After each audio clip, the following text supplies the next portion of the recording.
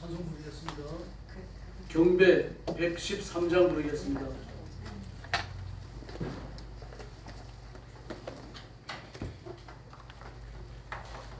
경배 113장입니다.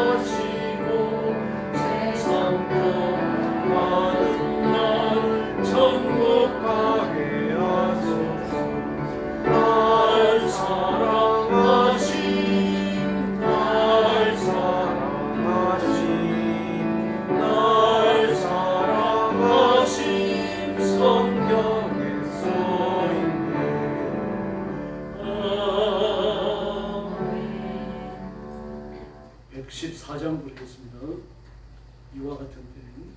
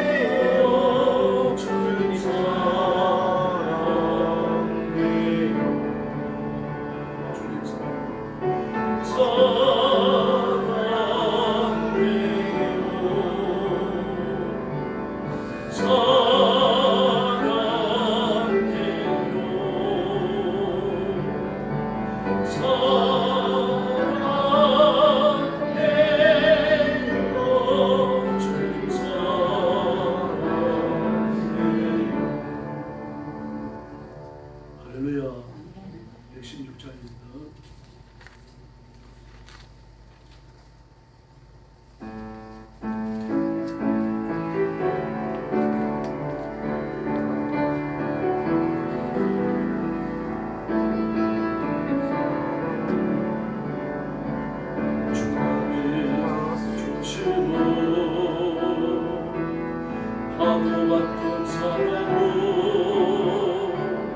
내 자녀 가슴에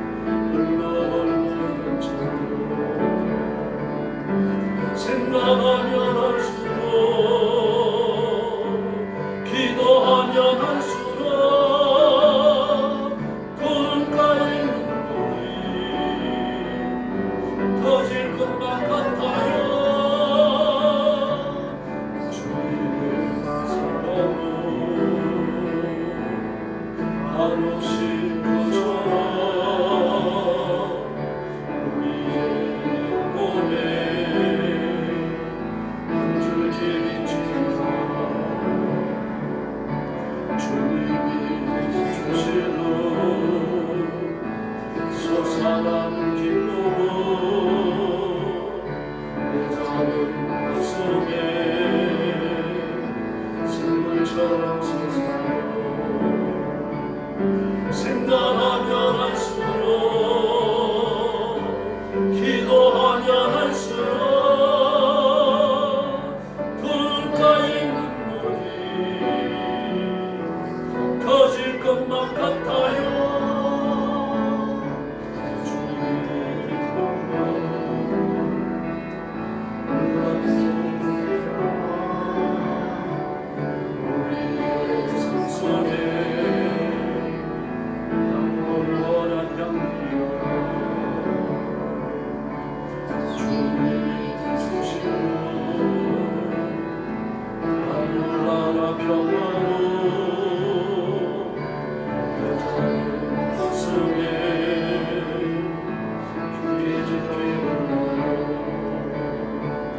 생각하면 할수록 기도하면 할수록 눈가에 눈물이 터질 것만 같아요.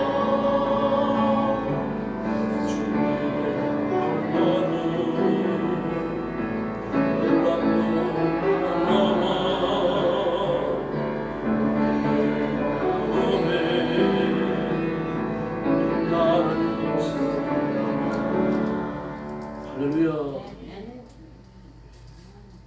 예수님이 전부인 줄 믿습니다. 찬송가 515장 부르겠습니다. 이 찬송 후에 박종식 권사님 기도해 주시기 바랍니다. 515장입니다.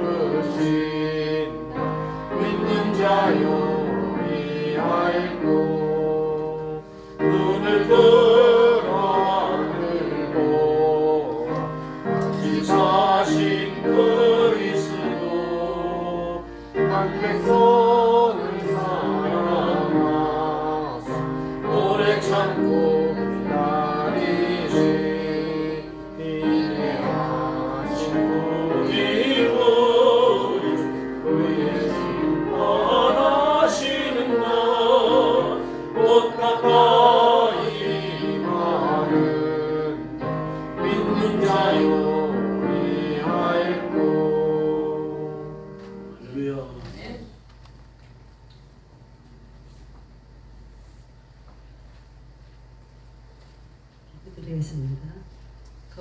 크시고 은혜가 많으신 하나님 아버지, 주일 오후에 예배를 드리게 하심을 감사드립니다.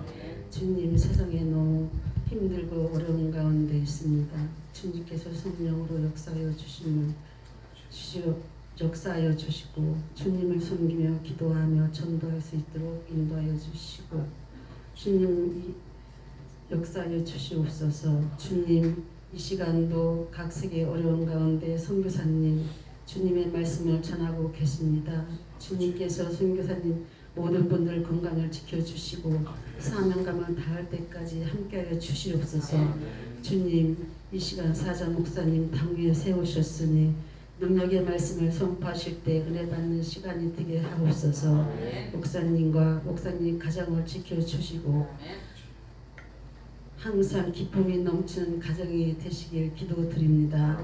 주님, 영광교회 주님의 재단을 보살펴 주시고 전도의 힘이 되어서 차고 넘치게 인도하여 주시옵소서. 주님, 성도들 가정에 축복을 주시고 하시는 모든 일이 잘 될 수 있도록 인도하여 주시옵소서. 이 모든 말씀 죄에서 구원하신 예수님의 이름으로 기도드립니다. 아멘.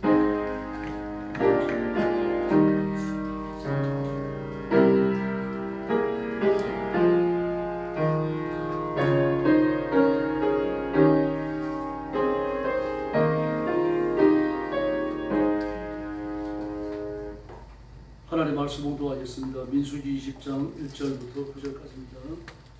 구약성경 229페이지입니다.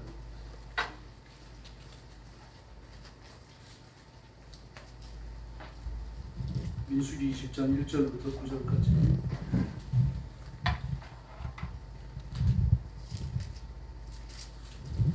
한 절씩 교도하겠습니다.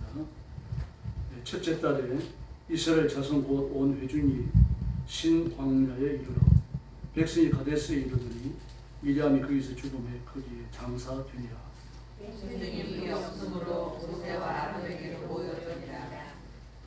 백성이 모세와 다투어 말하여 이르되 우리 형제들이 여호와 앞에서 죽을 때에 우리도 죽었더라면 좋을 뻔하였도다.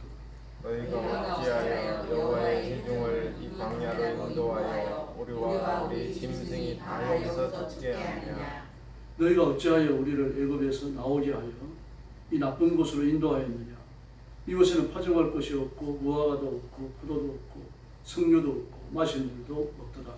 모세와 아론이 회중 앞에 일어나 화만문에 이르러 드리매 여호와의 영광이 그들에게 나타나며 여호와께서 모세에게 말씀하여 이르시되 지팡이를 가지고 내 형 아론과 함께 회중에 모으고 그들의 목전에서 너희는 반석에게 명령하여 물을 내라 하라. 내가 그 반석이 물을 내게 하여 회중과 그들의 짐승에게 마시게 할 테니라. 9절 말씀 같이 봅니다. 모세가 그 명령대로 여호와 앞에서 지팡이를 잡으니라. 아멘. 제목 머리바 사건과 미리암과 아론의 죽음입니다. 시간 순서를 보면 사건이 일어난 순서를 보면 미리암의 죽음이 먼저고 머리아의 반역이 있고 머리바의 반역이 있고 다음에 아론이 죽습니다. 이 지금 반역이 반복되고 있죠. 오늘 그 이스라엘 백성들이 가데스에 도착을 하는데 가데스는 회한의 땅이잖아요. 가데스에서 순종을 했으면 주일기 17장에서 가나안을 정복했죠. 40년이나 더 죽어질 거예요. 그래서 두 번째 도착을 한 겁니다. 근데 가데스의 반역이 그랬죠. 시내산의 금송아지 반역이 그랬죠. 고려의 반역이 그랬죠. 그 위에도 미디안 광야에서 바알을 숭배하는 하나님께 대한 직접적인 반역이 그랬죠. 전부 다 백성들의 그 수천에서 수만 명까지 죽음을 가져왔던 그런 참혹한 재앙의 현장이었어요.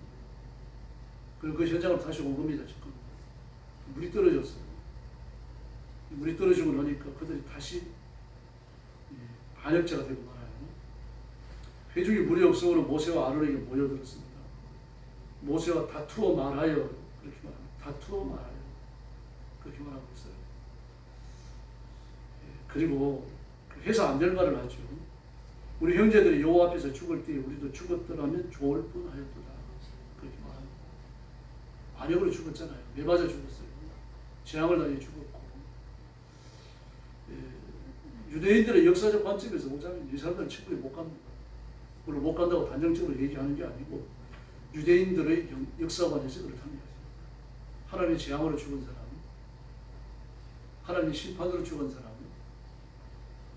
하나님 앞에 매맞아 죽었다는 분명한 표시가 있는 사람은 천국에 못 갑니다.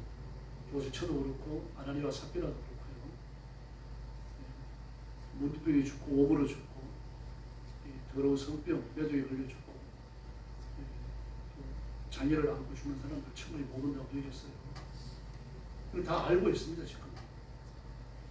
그리고 이런 인간관이 유대인을 지배하고 있었거든요. 그런데도 불구하고 이런 말을 무서워없이 쏟아내고 있어요. 우리 형제들이 죽을 때에, 우리 형제들이 하나님 앞에 매맞아 죽을 때 우리가 같이 죽었습니다. 여기 오니까 지금 물도 없고 마실 것도 먹을 것도 없다는 거죠. 그 반역의 현장에 지금 와 있는 겁니다. 그런데 그 반역이 시작되기 전에 미디암이 먼저 죽어요. 미디암은 아론과 모세의 누이라고 되어 있습니다. 민수기 26장 59절에 나와요. 그 미디암이 제일 누이고 그 둘째가 아론이고 셋째가 모세예요. 미디암이 나이가 가장 많은 겁니다. 그래서 출애굽기 24장에 보면은 모세를 낳아가지고 갈대 상자에 넣어서 나일강에 띄우죠. 그걸 감시하고 지켜보고 보호하는 게 그 누이 미디암이에요. 아마 10살 정도 많았을 걸로 그렇게 추측을 하고 있습니다. 왜냐고 하면은 아직 계집애거든요. 그래서 바로의 딸 공주가 신하들과 더불어 나일강에 목욕하러 나왔는데 아무런 거부감 없이 저항 없이 접근되는 그 나이예요. 10살 넘으면 곤란하죠. 겉으로 봐서 예쁜 계집아이였던 거죠. 어떤 뭐 완력을 행사하고 누구를 공격하고 이럴 나이는 아니었다는 겁니다. 그 10살 정도 차이가 있는 걸로 그렇게 추측을 합니다. 근데 거의 맞을 거예요. 일단 나이를 좀 보겠습니다. 그리고 여자 선지자로서 이스라엘의 지도자였어요. 출애굽기 15장에 보니까 이 계시를 받아서 전하는 그런 위치에 있었어요. 계시의 전달자로서 하나님 앞에 섰던 사람입니다. 물론 이제 모세나 아론과 같이 수시로 계시가 전달된 건 아닙니다. 그랬어요. 근데 민수기 10장에 보면 모세를 비방하다가 흉벌을 받습니다. 문둥병이 생겨갖고 진밭에 7일간 칼과 그렇게 물지. 그리고 모세보다도 누이였기 때문에 모세가 어떤 도덕적 실수를 보였을 때에 거기에 대해서 그리고 주권적 행사를 하려고 했던 그런 것들이 보이죠. 모세의 집안 핏줄이 아닌가 싶어요. 이제 아론도 모세가 시내산에 그 계시를 받기 위해 올라갔을 때 밑에 있던 백성들이 우리를 인도할 신을 만들라 그러면은 모세가 안 내려왔으니까 기다리라고 해야 될 거 아닙니까? 근데 그는 그 말을 받아들여가지고 언뜻 그냥 만들어버려. 자유의 결정을 해버려요. 근데 주도권이죠. 그리고 그 주도권은 모세에게 있는 거예요. 아론에게 안 줬어요. 근데 아론이 그 주도권을 뺏어가고 자기가 일을 처리해버려요. 미디암도 마찬가지잖아요. 모세가 후처를 얻었을 때요. 그 사건을 가지고 자기 동생인 아론을 붙이게 갖고 모세를 비방합니다. 하나님이 너와만 말씀하십니다. 주도권 문제, 전쟁이에요. 이걸 보면 그 모세의 집안이 좀 강한 주도권을 행사하는 그런 집안이었던 것 같아요. 이런 사람이 리더십을 잘 발휘하면 괜찮습니다만 그런 주도권이 강한 사람이 리더십을 잘못 발휘하면 피곤합니다. 너네 사람이 가는데 주도권 강한 사람이 야 오늘 라면 먹자. 나는 라면 먹기 싫어요. 근데 주도권 강한 사람이 밀어붙여서 라면 먹으러 갈 수 있거든요. 이런 경우는 다른 사람을 힘들게 합니다. 등산을 갔을 때 마찬가지입니다. 지금 배고픈데 여기서 점심을 먹고 와야 돼요. 야, 등산하고 땀흘리러 온 거 아니냐? 조금만 더 올라가자. 10분만 더 가자. 그래가지고 주도권이 강한 사람은 막 배고파 걸리는 사람 끌고 올라가요. 이거 전부 지쳐. 주도권이 강한 사람은 딴 사람을 내리 누르는 습관이 있거든요. 아론도 비교하고 이게 집안 일이 아닌가 싶습니다. 그럼 어쨌든 이 삼남매가 하나님 앞에 쓰임 맞습니다. 그러다 먼저 죽어요. 그리고 이제 가데스 바네아에 오죠. 머리바 물가로 가데스 바네아입니다. 머리바라는 이름이 붙은 이유는 하나님께 대안이 있기 때문입니다. 원래 가데스 바네아가요 오아시스 도시예요. 여기가 이제 가나안에서 쭉 내려와가지고 시내 광야를 통과해가지고 애굽으로 들어가는 그 길목에 있는 시내 광야의 끝이 북쪽에 있는 장소거든요. 요 장소를 지나가면 이제 술을 지나가지고 술이라고 하는 조그마한 마을을 지나가지고 예고로 바로 들어가게 돼요. 근데 가데스 바네아는 좀 커요. 근데 술에 우물이 있었죠. 근데 가데스 바네아에는 오아시스가 있었어요. 근데 주로 오아시스에서 머물고 술에 잠깐 들렸다가 쉬었다가 정신을 차리고 그리고 예고로 내려갔어요. 그리고 가데스 바네아에는 오아시스가 있으니까 많은 사람이 물을 마실 수 있는 거죠. 근데 거기 오면 당연히 물을 얻을 줄 아는 겁니다. 근데 모세는 여기 왜 왔습니까? 당연히 와야죠. 왜 그렇습니까? 아직 하나님께서 어디를 통하여 가나안으로 들어가라는 명령을 안 했어요. 지금요, 이 가나안에 들어온 지 40년째입니다. 40년째. 이 날짜에서는 일단 그 아론의 나이 때 보였습니다. 이 모세와 아론과 미리암이 같은 해에 죽어요. 한 해에 다 죽습니다. 죽는 달만 다를 뿐입니다. 40년째 1월 달에 이 미리암이 죽고, 그 다음에 아론이 죽고, 마지막으로 모세가 죽고, 아톤이 여호수아에게 넘겨지고, 그리고 모압 지방으로 올라가게 됩니다. 모세가 여기까지 온 것은 일부러 온 거죠. 왜 그렇습니까? 여기서 가나안으로 올라가려고 온 겁니다. 가나안을 치는 길은 여기가 가장 좋기 때문에 전략적으로 볼 때도요. 가데스 바네아에서 오아시스가 있으니까 충분히 쉬면서 물을 마시고 한껏 전의를 충전해가지고 밀고 올라가면 성산이 있다고 본 겁니다. 근데 하나님은 그것은 아니었어요. 거기서 미디안을 데려갔습니다. 여자 선지자의 한 생애가 끝납니다. 그리고 백성들이 반역을 하기 시작합니다. 2절 말씀에 보면 회중이 물이 없으므로 모세와 아론에게는 모여드니라 그랬죠. 모여드니라 보면은 히브리 전체에서 알이 사용되어졌는데 이 모여드는 자가 누군지를 지적을 하는 겁니다. 백성들이 모여들었다는 얘기거든요. 근데 이 알이라고 하는 말은 그냥 백성들이 모여들었다는 그런 뜻이 아니고 적대적 감정으로 달려들었다는 얘기예요. 영어 어게인스트예요. 어게인스트가 아주 강한 말이잖아요. 대적하는 걸 말하거든요. 막 총을 들고 쏘려고 하는 게 그게 어게인스트예요. 깡패들이 나서가지고 막 주먹질을 하려고 하는 거 그게 어게인스트거든요. 집에 들어와가지고 마음에 안 드니까 막 때려 부수는 거 집어 던지고 이게 어게인스트거든요. 지금 백성들이 그걸 위해 가지고 모여들었다는 얘기입니다. 대단히 지금 뭐 황급한 상황이죠. 그 원망과 불편이 뭐 파종도 없다, 뭐 아무것도 힘을 쓰고 거둘 것도 없고 말입니다. 무화과도 없고 포도도 없고 석류도 없다. 그 광야라고 하는 데가 농사 짓는 데가 아니잖아요. 거쳐가는 땅 아니에요. 이미 40년 전에 그게 통과해서 가나안에 들어갔어야 되는 겁니다. 불순종하다가 거기까지 왔는데 이제 거기서 또 들어가려고 채비를 하면서 가데스 바네아의 반역을 또다시 저지르는 겁니다. 그걸 보면서 모세가 격분해요. 격분하기 잘못됐습니다만. 그리고 나서 10절에 보니까 막 모세 혈기를 보입니다. 반역한 너희여. 반역한 너희. 이스라엘 백성이 반역한 거 맞아요. 그런데 모세도 반역을 해요. 하나님의 권위에 정면으로 도전해요. 사용한 언어가 쓸 수 없는 언어를 써요. 신성 모독적 언어를 써요. 들어라. 우리가 너희를 위하여 물을 내랴. 우리가 너희를 위하여 물을 내랴. 모세가 무슨 능력으로 물을 내냐. 그래서 하나님께서 이 일을 모세의 가나안 입국을 거절하십니다. 가나안에 못 들어간다. 이 일 이후로 모세는 하나님 앞에 가나안에 들여보내달라고 여러 번 기도하죠. 2번인가 3번인가 기도합니다. 하나님 완강하게 거절하십니다. 근데 다시는 이 문제를 기도하지 말아야 하십니다. 하나님 뜻이 정해졌고 이제 돌이킬 수 없다는 얘기죠. 그래서 모세가 이제 그래도 이제 가나안에 들어갈 계획을 다 세우고 에돔의 길을 빌려달라고 합니다. 에돔을 통과하면은 바로 그 지중해 안으로 대상들의 길로 접어들거든요. 그 길로 가기 위해 가지고 에돔의 길을 빌려달라고 합니다. 에돔이 거절합니다. 근데 에돔에게 하는 말을 보십시오. 우리 형제 아니냐.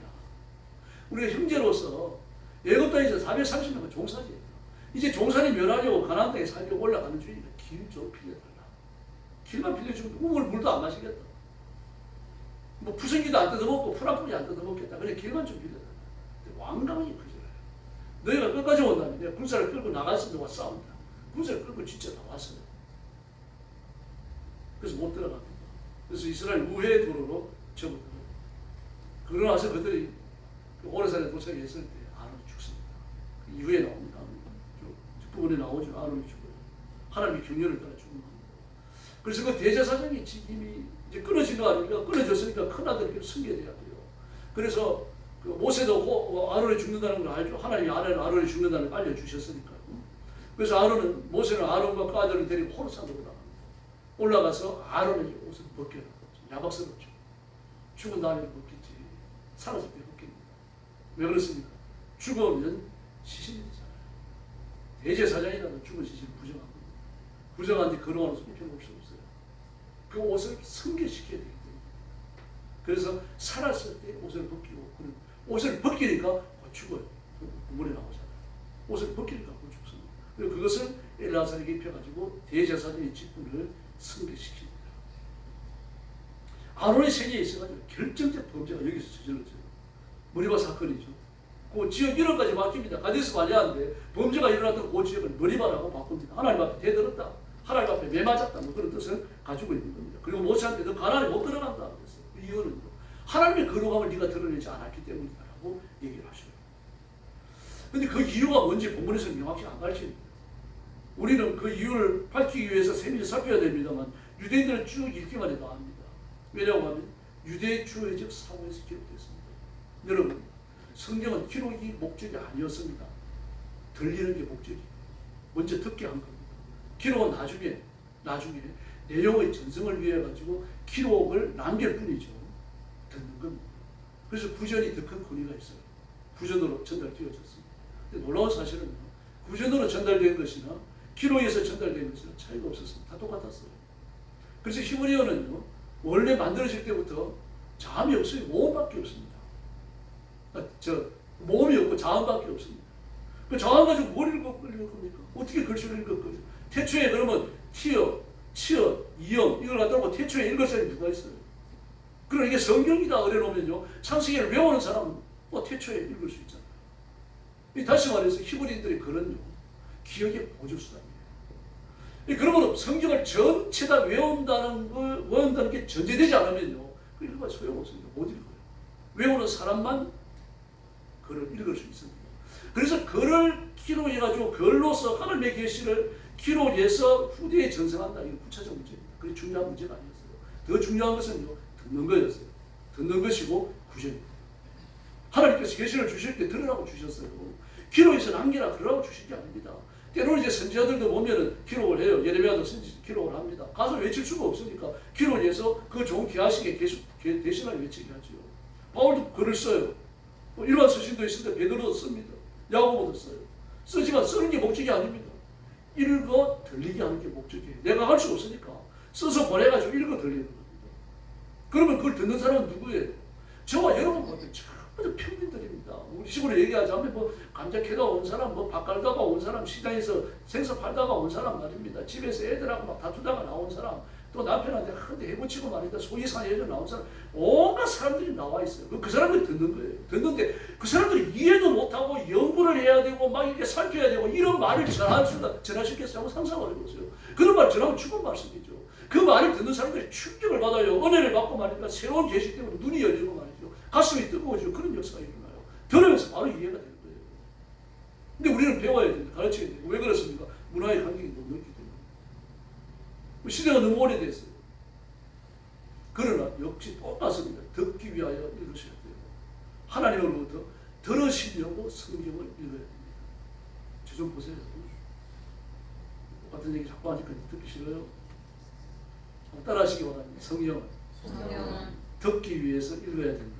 듣기 위해서 읽어야 된다. 들으셔야 돼요. 하나님, 제가 성경을 읽겠습니다. 제게 말씀해 주세요. 하나님, 제가 듣겠습니다. 제게 말씀해 주세요. 그럼 읽으셔야 돼요.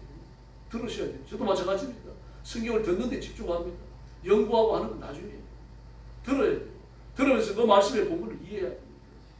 그 시대로 돌아가가지고 하나님 어떤 상황에서 이 말씀을 주셨는가 살펴야 되는 거죠. 지금 이 말씀이 마찬가지입니다. 머리마음을 삭발했어요.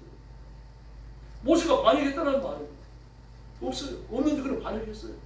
하나님이 거룩하심을 드러내지 않았다 한마디밖에 없습니다. 그런데 히브리인들은 이걸 읽으면 가슴을 치게 되었습니다. 세상에 모세가 이런 죄를 지었구나. 그런 게 되어 있다는 이야기입니다. 여러분, 모세는 그리스도의 예표입니다. 예수님을 표시해주는 구약의 한 방점이 매우 중요한 겁니다. 그래서 그 이름이 뭡니까? 모세입니다. 건졌다는 뜻이에요. 물에서 건졌다. 그럼 예수님은 우리를 죄에서 건지시는 분인 줄로 믿습니다. 모세는 이름 자체가 그리스도를 내다보는 거예요. 그 하는 일이 그 백성을 애굽에서 인도하여 내가지고 가나안으로 데려간 사람입니다. 예수님께서는 우리를 이 세상을 마귀의 권세, 마귀의 압제, 죄의 압제에서 끌어내가지고 하나님 나라로 데려가시는 분인 줄로 믿습니다. 그 모세는 그 알파와 오메가가 전부 다 예수님이 하신 일을 미리 보여주는 거예요. 이런 일을 하신다라고 하는 그 예표입니다. 상징이 아닙니다. 여러분. 상징이 아닙니다. 조심하셔야 돼요. 상징과 예표는 구분해야 됩니다. 모세는 예표예요. 표시입니다. 사인입니다. 그런 일을 하셨어요. 그래서 모세는 예수님과 매우 유사한 일을 하잖아요. 그러나 똑같진 않아요. 상징이 될 수 없는 이유가 어디 있습니다. 모세와 예수님이 1대1로 치환될 수가 없는 거예요. 모세는 사람일 뿐입니다. 사람이지만 예수님이 어떤 분이신지를 미리 보여주는 겁니다. 모세가 반석을 친 겁니다. 왜 치셨습니까? 왜 반석을 칩니까? 하나님 반석 치라고 그랬습니까? 아니에요, 여러분. 근데 출애굽기 17장에 머리바에 똑같이 도착을 해갖고 어디 가데스 바네아 사건 이후입니다. 얼마 떨어지지 않았어요. 그 부근이니까. 그 도착했을 때 하나님께서 뭐라고 말합니까? 이 백성에 물이 없어서 뭐 죽는다고 말하니까 너 물을 내라. 지팡이를 듣고 바위 앞에서 그리고 쳐라. 쳤어요. 쳤더니 막 물이 강이 돼가지고 쫄쫄쫄쫄 샘물이 아닙니다. 제가 여러 번 말씀드리죠. 강물이 흘렀어요. 300만 명이 모여가지고 마음껏 마시고 막 몸에다 쏟아붓고 그런 걸 다 했습니다. 그 생수에 강이 흘러간 거죠. 그걸 300만 명이 해가를 넣고 말입니다. 마음껏 먹고 마시고 몸에 뿌리고 말입니다. 빨리 하는 사람도 있었습니다. 그게 이루어진 거 아닙니까? 근데 그게 똑같은 자리에 온 겁니다. 지금 똑같은 자리에 왔는데 백성들이 똑같이 반역을 하는 겁니다. 그게 모세가 이번에 성질이 났어요.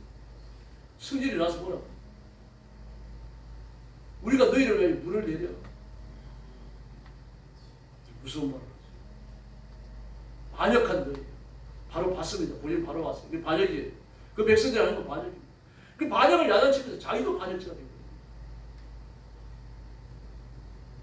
우리가 너희를 위하여 물을 내려. 그 반석을 두 번이나 쳐요. 반석을 치면 안 됩니다. 고린도전서 10장에 보면 그 머리바 사건을 기도 없는 쪽으로 풀어놔요. 성경이 바울이 해석한 겁니다. 어떻게 해석을 했습니까? 반석에서 물을 마신 것을 뭘로 표현했습니까? 예수 그리스도의 보혈로 죄 씻음 받았다고 이야기해요. 그렇게 풀었어요.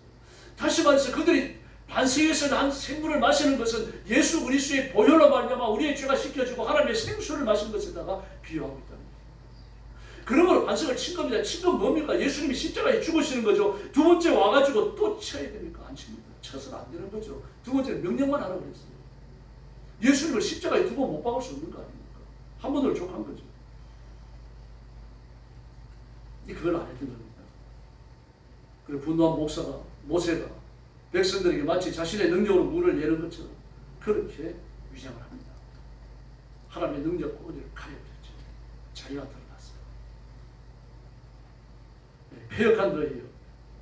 한모림이라는 뜻입니다. 패역한 너희, 반역한 너희. 이 너희 반역자들. 하나님께 반역했으니까 갈 데가 어딥니까? 지옥밖에 없잖아요. 아니 마지막 판결을 내려버린 거예요. 판결. 이 지옥 갈 인간들아, 지옥에 버려질 놈들아, 막 그런 저주를 부르는 거예요. 불평과 원망을 일삼는 백성들이 막 모세의 급대의 혈기가 섞여가지고 분노를 터뜨려버린 겁니다. 시편 106편 32절과 33절을 보면요, 이 장면을 정확하게 묘사하고 있습니다. 백성들이 모세의 감정을 돋보아하고 막 모세가 있는 대로 개강을 그 성경이 이렇게 되어 있어요. 그들이 또 머리와 물에서 여호와를 노하시게 하였으므로 그들 때문에 재난이 모세에게 이르렀나니 이런 그들이 그의 뜻을 거역함으로 말미암아 모세가 그 입술로 망령되이 말하였습니다. 그래서 아멘 하셔야 돼요. 우리 이러면 안 되니까. 망령되이 말했습니다. 말요. 그냥 말을 했어요. 하나님께 대든 것도 아니고 하나님의 백성들을 향하여 우리가 너희를 위하여 물을 내라. 이 패역한 것들아. 이 지옥 갈 것들아. 이 말 때문에 못 가는 겁니다. 모세는 그 말을 했기 때문에요. 그냥 말이 아니죠. 막 마음속에 분노가 폭발되고 있는 거예요. 그 어느 속에 분노가 들어가 있는 거죠. 감정이, 타락한 감정이 그 치리해버리는 거예요. 누구나 뭐라 그럽니까? 우리라고 해서 우리. 우리는 누굽니까? 여러분, 여기에 하나님이 포함되어 있다는 걸 주의하셔야 돼요. 우리가 세상에 물을 내는 건 하나님이 되시니까 아닙니까? 그렇죠. 근데 우리라고 해요. 하나님과 나와 내 형 아론이 물을 내랴. 하나님과 자신을 동격으로 만들어버렸다는 얘기입니다. 이 신성모독이죠.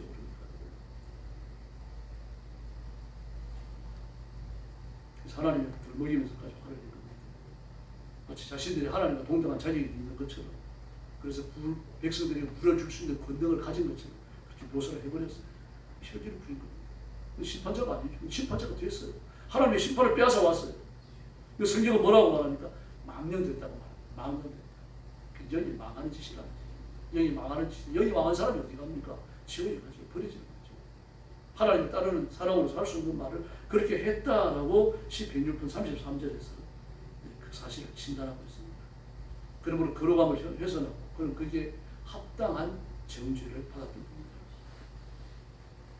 옷에 이렇게 연약합니다.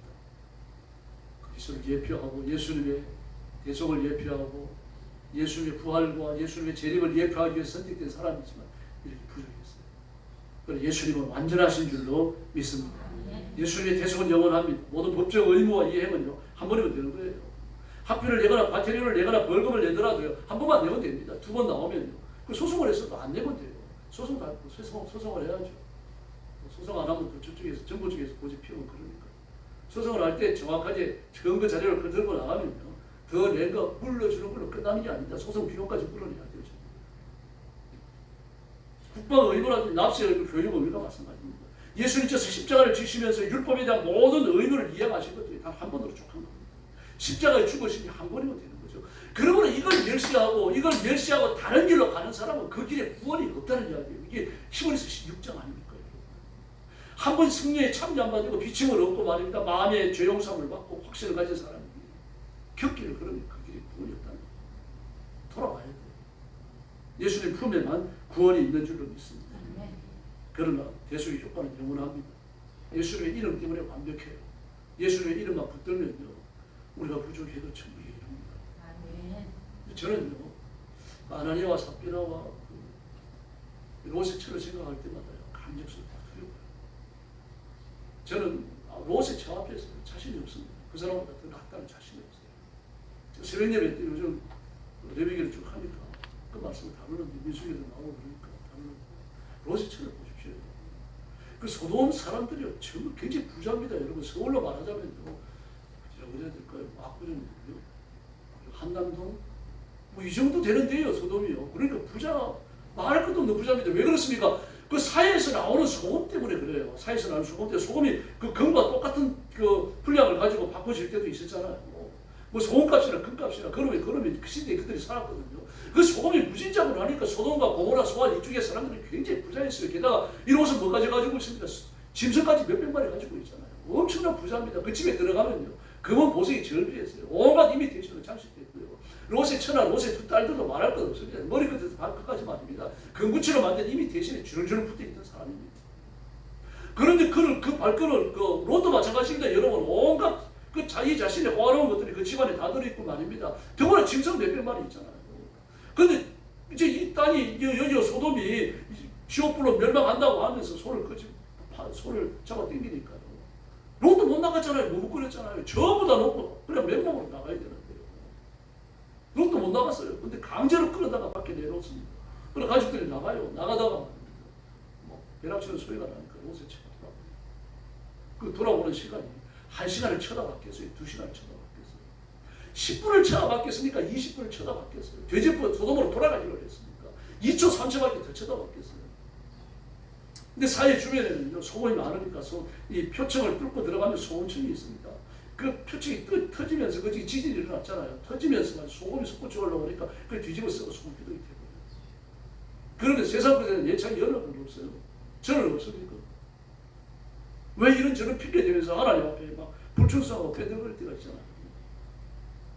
그걸 다 기록하라 그러면 기록할 수는 있겠습니까? 기억이나 나겠어요. 근데 롯의 처는 멸망. 저는 사라져요. 저는 오늘 밤 죽으면 천국에서 눈 뜰 줄 믿습니다. 여전히 부족하고 모자라요. 근데 하나님이 저를 구원하셨어요. 여러분도 구원하셨죠? 롯의 처보다 의로워서가 아니잖아요. 예수님의 이름 때문인 줄로 믿습니다. 인간이 좀 실패한다고 해서 천국은 실패하지 않아요. 하나님도 실패하지 않습니다. 이 기도도 우리가 얼마나 부족합니까? 그러나 하나님 우리의 기도를 반드시 들으시고 응답하실 줄로 믿습니다. 구원은 불변합니다. 이사야 40장을 보면 이렇게 말합니다. 두려워하지 말고 소리 높이 너의 성읍들에 외치라. 왜 외치는가 하면 여호와께서 장차 강한 자로 임하시는 거예요. 그의 팔로 모든 걸 다스립니다. 그런데 그 뒤에요 아주 심각한 말을 보라 상급이 그에게 있고 보응이 그에게 있느니라. 상급과 보응. 상은 누구한테 주는 겁니까? 상 안 받아보셨습니까? 상은 높은 사람이 낮은 사람한테 주는 겁니다. 그래서 문재인 대통령을 지금도 욕하는 이유가 있어요. 지가 지한테 상 주고 나와서 그래요.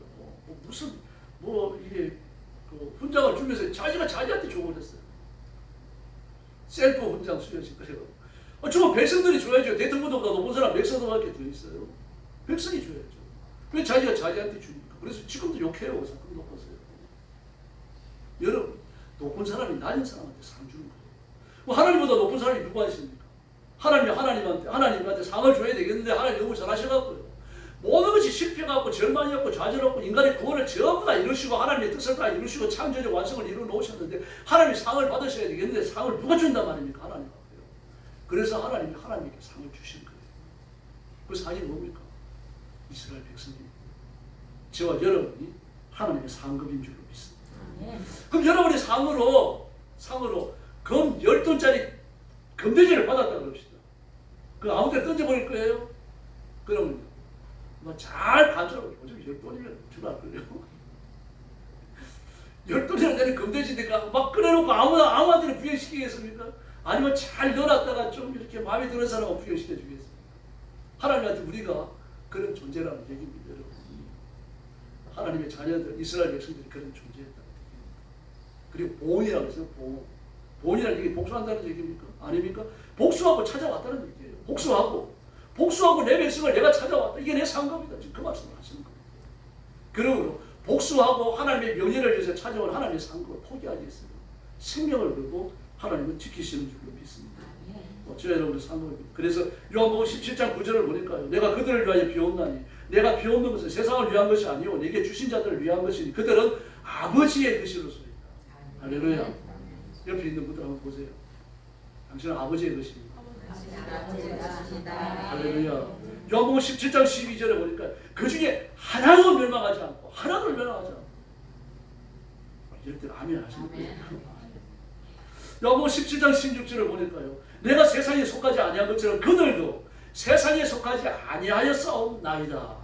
할렐루야. 그래서 멸망하지 않는 겁니다. 내게 주신 자들을 다 보존하였고 지키었나이다. 그 중에 하나도 멸망하지 않고 또 말씀하셔요.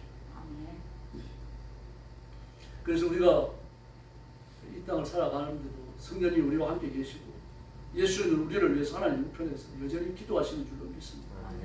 영광교회 최 목사가 좀 저렇게 좀 뜰뜰한데 그를 위해서 제가 죽었습니다.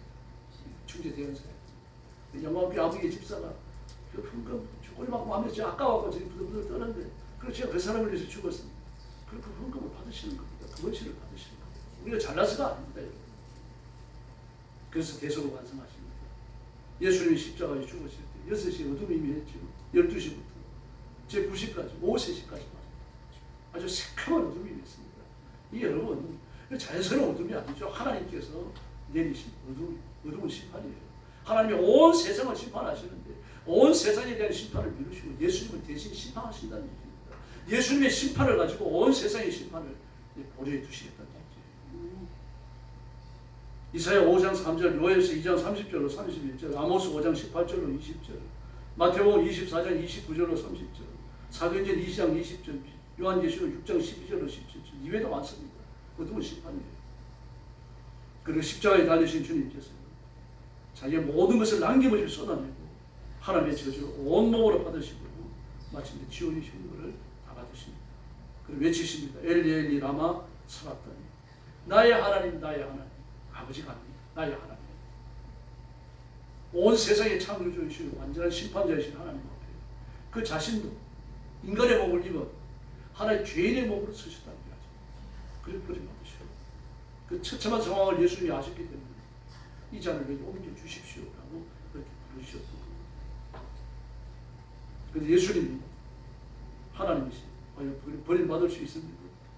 버림받으십니다. 이유는 그 육신에 우리의 죄를 정했기 때문에 죄의 사실 사망입니다. 그 죄가 살고 예수님이 대신 죽으신 겁니다. 마치 구약에서 재물을 바치는 사람이 재물과 함께 죽고 재물은 부활하지 못하나 사람은 일어나는 것과 똑같은 것입니다. 그러므로 메시아의 고통, 십자가의 고통 우리가 이해할 수 있는 그런 고통이 아닙니다. 하나님의 고통도 마찬가지입니다. 자기 아들을 십자가에 내어주는 그 고통입니다. 누가 이해할 수 있습니까? 사람의 어떤 헌신도 이것은 이해할 수 없는 겁니다. 분명한 것은 아들이신 예수님이 반드시 그 고통을 받으시게 우리가 산다는 것입니다. 바로 그 길을 걸어가셨습니다. 그래서 우리는 버림받았지만 버림받지 않은 것이죠. 예수님과 함께 십자가 위에 죽었어요. 로마서 통해서 말하잖아요. 그러나 예수님과 함께 부활하여 새 생명을 얻은 줄로 믿습니다. 그래서 요한복음 15장 7절에 보니까 내가 혼자 있는 게 아니다. 내 아버지께서 나와 함께 계신다라고 말합니다. 그럼에도 불구하고 나는 내 말을 하는 게 아니다. 나는 내 말을 하더라도 조금도 잘못된 게 아니다. 그러나 나는 아버지의 말을 한다라고 외치신 겁니다. 그래서 뭐라고 말씀하십니까? 아버지께서 나와 함께 하셨는데 이제 아버지께서 나를 혼자 둘 때가 오셨다. 그러면서 제자들이 흩어져요. 그러므로 아들이 받으시는 고통, 십자가의 고통 중에 하나님 함께하지 않으셨어요. 그 냉정함과 비정함과 심판자의 제3자적 아주 침착한 그 위치를 보셔야 됩니다. 주님 그렇게 버림받으셔요. 슬퍼해주는 사람 하나 없이, 위로해주고 격려해주는 사람 하나 없이 주님 홀로 그렇게 버림을 받으십니다. 그리고 저와 여러분이 영생을 얻어 일어난 줄로 믿습니다. 우리 아론의 죽음에 대해서 말합니다. 아론 훌륭한 사형자입니다. 그런 동생을 숨겼어요. 대단하잖아요.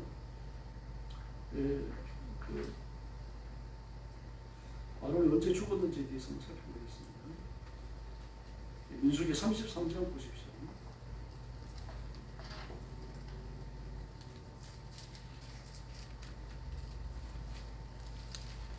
민수기 33장 38절입니다.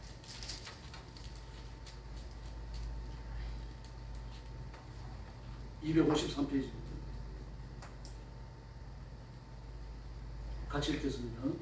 이스라엘 자손이 애굽 땅에서 나온 지 40년째 5월 초 제사장 아론이 여호와의 명령으로 호르산에 올라가 거기서 죽었습니다. 아멘. 아론이 죽을 때 나이가 123세였다고 했습니다.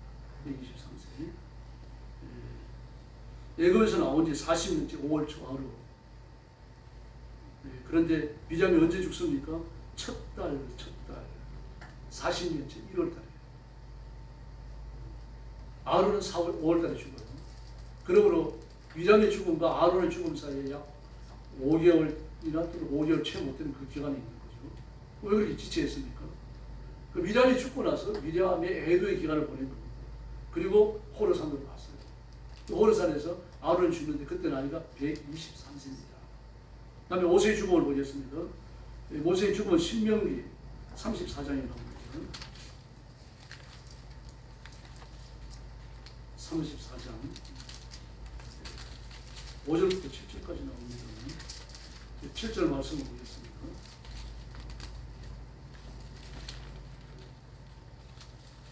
(318페이지입니다) 34장 7절 같이 봅니다. 모세가 죽을 때 나이 120세였으나 그의 눈이 흐리지 아니하였고 기력이 쇠하지 아니하냐. 아멘. 그래 120세에 죽었다고 말했고요. 몇 월 며칠이라고는 말하지 않습니다. 몇 월 며칠이라고. 그러나 같은 해에 죽었어요. 아론이 호르산에 죽고요. 그 다음에 느보산으로 올라갑니다. 모세가 자기가 죽는 걸 아는 거죠. 느보산에 올라가서 죽어요. 올라가서 길라도 온 땅을 바라보면서 하나님께서 저 땅이 가나안이다. 그런데는 못 들어간다. 그래 거기서 죽어서 천국으로 가고, 그리고 그의 몸은 육신은 6절에 보니까 벳볼 맞은편 모압 땅에 있는 골짜기에 장사되었으나 오늘까지 그 집을 아는 자가 없더라라고 말하고 있습니다. 자 보세요. 모세는 120에 죽었죠. 아론은 123세에 죽었습니다. 그러면은 미리암은 몇 살에 죽었을까요? 아론과 모세의 나이 차이는 3살 차이죠. 미리암과 모세의 사이가 이건 주책입니다. 10살 정도 되었다고 봤을 때 약 한 130세 정도 죽은 거죠. 130세나 133세 정도에. 미리암의 나이를 왜 10살 정도로 보는가? 아까도 말씀드렸습니다. 10살이 넘는 계집애가 혼자서 공주가 모욕하는 곳에 와서 멀쩡거린다? 의심의 대상이 될 수 있죠. 그러나 10살 정도, 10살이 채 안 되는 그 정도의 나이라고 하면 이뻐 보이고 귀여워 보이는 거죠. 그리고 이 아론의 공주와 흉허물 없는 그런 관계까지 맺어지거든요. 아주 말도 잘했고 똑똑했고 눈썹이 멋있다는 얘기죠. 그러면서도 귀여웠어요. 나이 들어 보이지 않았고요. 그리고 그가 아론 자기의 동생 아닙니까? 대제사장이었고 아론을 휘어잡아가지고 모세에게 대들어요. 그리고 모세를 대들어도 괜찮을 약점이 있다고 판단을 합니다. 여전히 그걸 못하거든. 그러면서 뭘 못 본 거예요? 하나님의 권위에 대한 질서를 보는 눈을 못 두었어요. 이것이 미디암을 사실 원하는 그런 중단 단초로 되기도 했습니다. 그리고 모세는 가장 늦게 죽습니다. 제일 일찍 듣는 사람이 미디암입니다. 미디암이 나이가 가장 많았어요. 약 130살 정도에 죽었고 민수기 20장 본문에 나오고요. 아론이 123살에 죽는데 민수기 33장 38절에 나옵니다.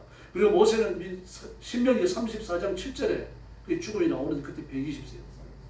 그리고 한 해에 다 죽어요. 40년에 죽는다는 얘기는 역사가 끊어진다는 뜻입니다. 역사가 끊어지고 새로운 역사가 시작되는 거죠. 새로 시작되는 그 역사를 주관하는 사람이 이스라엘 백성을 이끌고 가나안에 들어갑니다. 그가 여호수아입니다. 근데 성경은 여호수아를 뭐라고 부릅니까? 모세의 시종이라고 부릅니다. 모세의 시종. 시종은 뭡니까? 종이잖아요. 종. 하인, 노예. 그러면은 종이 모세가 하는 일을 할 수 있습니까? 그 성경의 용어들을 주의해야 됩니다. 종은 종이라는 뜻이 아닙니다. 요즘 말하자면 비서실장이라는 뜻이에요. 비서실장은 주인이 하는 모든 일들을 다 그냥 관여를 하잖아요. 계획을 세우고 진행되는 걸 바라보고 말입니다.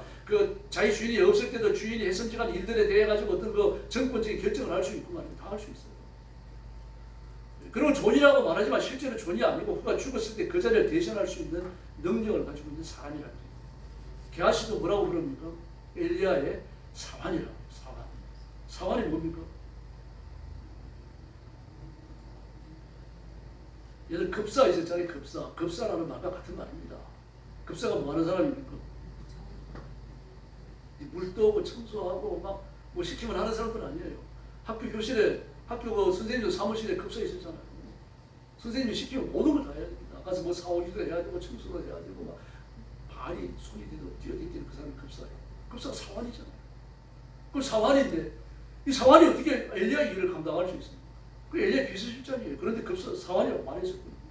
그래서 엘리야가 없을 때 무슨 일을 합니까? 왕의 참모 일을 해요. 왕의 참모 일을. 오늘 모세에게 있어가지고 여호수아가 그런 사람이었습니다. 그래서 여호수아가 모세를 바톤 이어받기로 이어받고 그 백성들을 이끌고 가나안에 갔습니다. 이렇게 했어요. 미디안이나 아론이나 모세나 참 한 세대를 품했던 분들입니다. 그러나 역시 한 세대를 마감합니다. 그래서 새로운 시대로 넘어가요. 저와 여러분도 마찬가지입니다. 하나님 부르시면 언제 천국 가야 됩니다. 내 시대가 끝나는 거죠. 끝나기 전까지 열심히 살아야 할 줄로 믿습니다. 제가 주일날 광고 시간에 조금 자세히 말씀드리겠습니다만요. 하버드 생물학과 교수 데이비드 싱클리어라고 있습니다. 이 사람이 영노화라는 책을 좀 전에 냈는데요. 우리나라 학자가 그게 서문을 쓰고 그랬어요. 역노화, 노화를 되돌린다. 그럼 58살.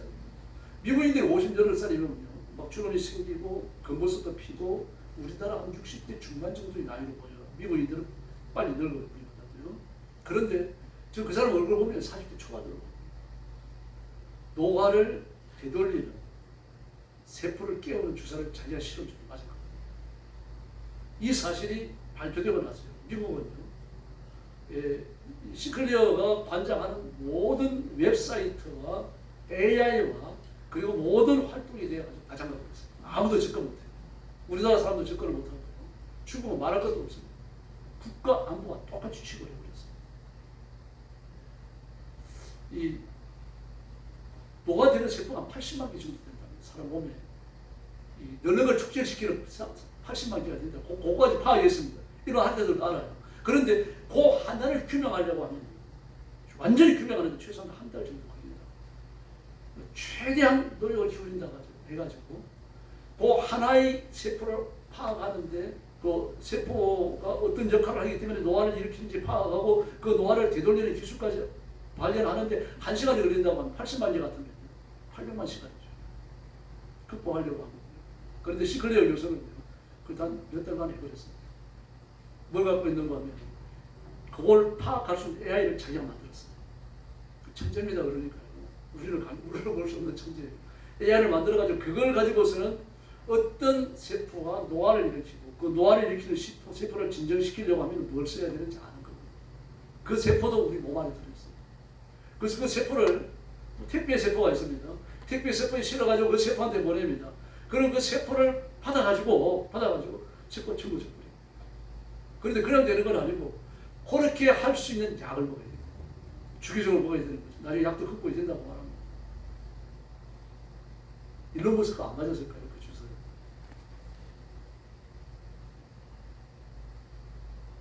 돈 많은 부자들 안 맞았을까요? 미국의 부자들.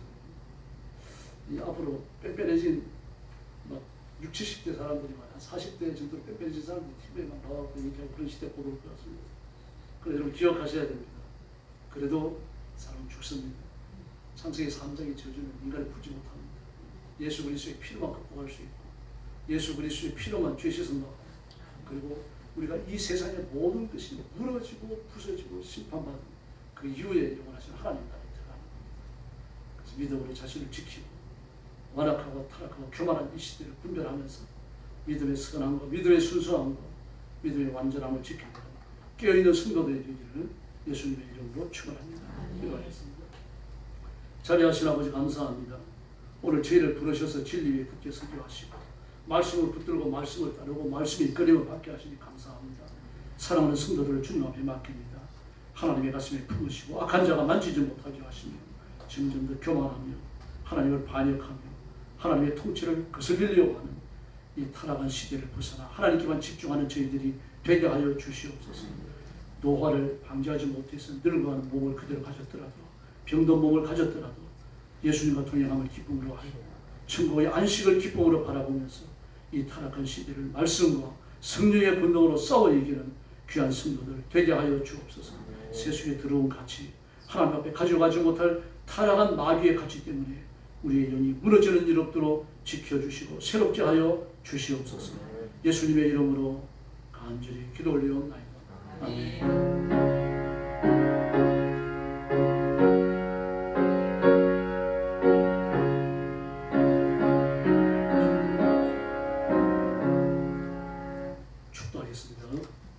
이제는 우리 구주 예수 그리스도의 은혜와 하나님 아버지의 극진하신 사랑과 성령님의 도우심과 인도하심과 교통하심이 오늘 주일 오후 예배를 드리며 말씀으로 자신을 부정하고 진리를 따르며 점점 변하고 완악하고 타락해져가고 하나님의 권위에 도전하는 이 세대를 벗어나서 하나님께만 소망을 두고 살기 원하는 사랑하는 모든 성도들 머리 위에 영원토록 함께 계실지어다.